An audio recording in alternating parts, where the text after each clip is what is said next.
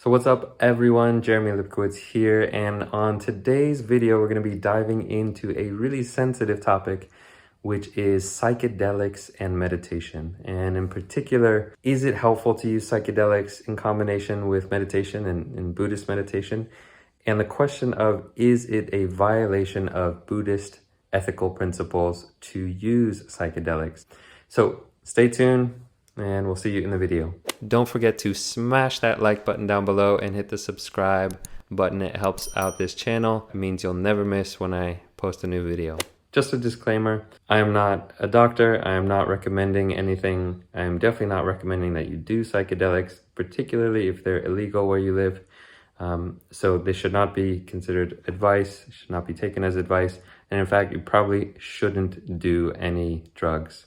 So let's just start there. And then from there, we can dive into whether or not you want to take the risk, you want to adventure out into the unknown.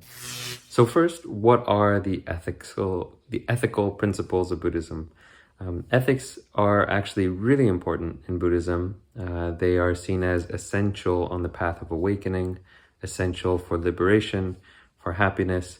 So they're not just kind of these things that make you a good Buddhist. They're actually things that you practice that lead to more happiness. And in fact, when you remove ethics from Buddhist training, this is where you get kind of the mindfulness movement that we see today, where you have mindfulness without any context around it, without any ethical kind of framework to support it, without a greater purpose or vision. Mindfulness can be misused for things that are not so ethical.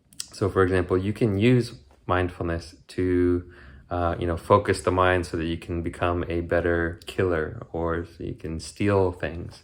Having this context of a greater path of awakening is really important. Now, when it comes to ethical precepts or rules, in Christianity, there are what are called the 10 Commandments. And those are, the 10 things that if you do, you're a good Christian. And if you don't do them, you're a sinner.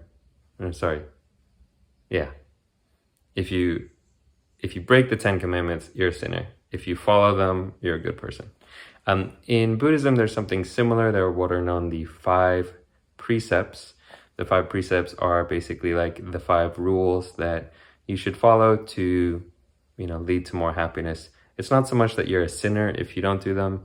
It's just that if you break any of these 5 things, then it is not leading you to a path of freedom and happiness and liberation. It is leading you towards sadness, despair, anguish, suffering, all these things. So what are the 5 precepts? And the first one is to not kill or not harm any living beings. The second one is to not steal anything, to not take what has not been freely offered. The third is to not have any false or divisive speech. So to not lie, to not gossip, to not kind of use your speech in ways that cause harm or suffering. The fourth is to not engage in any sexual misconduct. So to not cause harm with your sexual energy.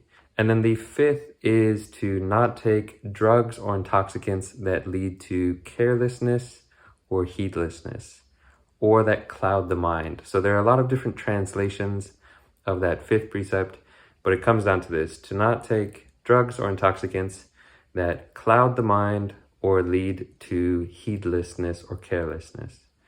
So this is the precept that we're looking at when we're thinking about psychedelics and whether or not psychedelics are kosher. Can you use psychedelics and it's totally fine in terms of the Buddhist precepts, or are they considered a violation of the Buddhist precepts? To provide some nuance to this conversation, I think it's really important to understand that in almost all of these precepts, there are gray areas. So, for example, with the precept around not taking what has not been freely offered, to not steal things, most of the things, are pretty obvious, like when you're stealing it or not stealing it. But obviously there are gray areas. Maybe somebody has offered something one day and you think that you can use it the next day as well, but you haven't actually asked about that. Can you use it the next day? Where does that fall? With all the other ones, sexual misconduct, that's a huge one where there's a lot of gray area, because it's not just, don't cheat on people, those are obvious, but it's about, are you causing harm with your sexuality? So for that, you need to really think about, like, is somebody going to be harmed by the way I'm using my sexual energy? And it could even be that, are you leading someone on? Are you telling them things so that you can sleep with them, even though you don't really mean to actually have a deeper relationship? And maybe that's a mutual consensual kind of thing that you guys have both come to, but maybe you're misleading them. So just to understand that in the precepts, there are many gray areas. This comes to drugs and intoxicants as well. So for example, caffeine, coffee and tea, things of that nature. It's not really obvious if that should be considered an intoxicant. Does it cloud the mind? Not really. You wouldn't really say that caffeine is clouding the mind. Does it lead to heedlessness? Well, maybe. If you take too many caffeine pills or you drink way too many coffees, you might become a bit careless or heedless. There are also other things that are gray areas. So for example, anesthesia. Let's say you're going to have surgery. You probably want to take anesthesia so you don't, freak out from the pain. That's an example of where you would want to take something that does cloud the mind and does lead to heedlessness. So many of these things are judgment calls, right? So now we get to the question about psychedelics. Where do psychedelics fit in the gray area of, is this against my ethical precepts or is it fine?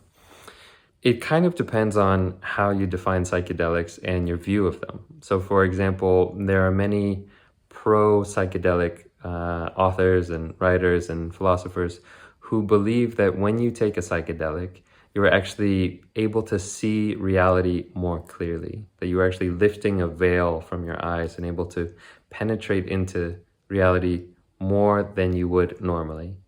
So in that regard, you could argue that psychedelics aren't actually clouding the mind.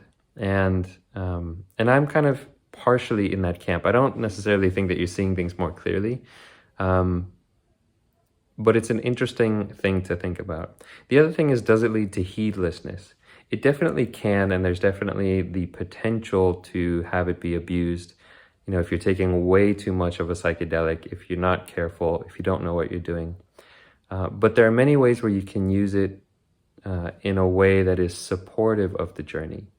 So for example, I recently wrote about my own experience doing a solo meditation retreat with psychedelics. And for me, in particular, doing this meditation retreat or using psychedelics in the context of retreat allowed me to feel wholesome and skillful mind states more clearly. So things like loving kindness and compassion and equanimity. I was actually deeply connected with those mind states and those wholesome qualities.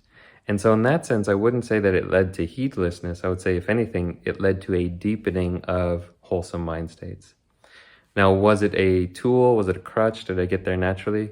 Okay, so I didn't get there naturally. I used an external thing to help build my mind up in that direction.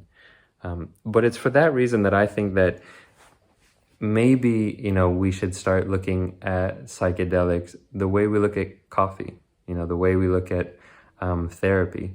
They can be useful tools on the pathway to liberation. And the intention that you use, the intention that you have when you do these substances is really important. If you want to take psychedelics and go to a rave and party all night, it's probably not the best use of your time. It's probably not leading to a whole lot of liberating insights, let's say. It might be leading to pleasure and fun, but maybe it's not going to be leading you on a path to emotional freedom. But if you use a psychedelic with the intention to cultivate wholesome mind states and to connect more deeply to the spiritual path and to shine a light on unwholesome behaviors, to me, that seems like a really great use of that and is onward leading. So those are some thoughts that I have on using psychedelics as a Buddhist and whether or not they are a violation of the Buddhist principles, and in particular the Buddhist precepts and the fifth Buddhist precept on not taking drugs and intoxicants. I would say that this is a hugely personal decision, and that you should really understand the risks of taking psychedelics before you do any psychedelics. They're not for everyone. Not everybody likes them. Not everyone will benefit from them. And in fact, probably you shouldn't do them, and you're much better off just never touching them. That being said, I have found that in my own life, they have been useful for reorienting me, sometimes shining a light where I might be stuck or in a rut, maybe engaged in some unwholesome habits and behaviors, and it is helpful for me to kind of realign myself. Psychedelics, in particular mushrooms, can help you kind of see clearly what you need to see and connect with what's important. So yeah, those are my thoughts. So I hope you like this video, and until next time, take care. Peace out, y'all.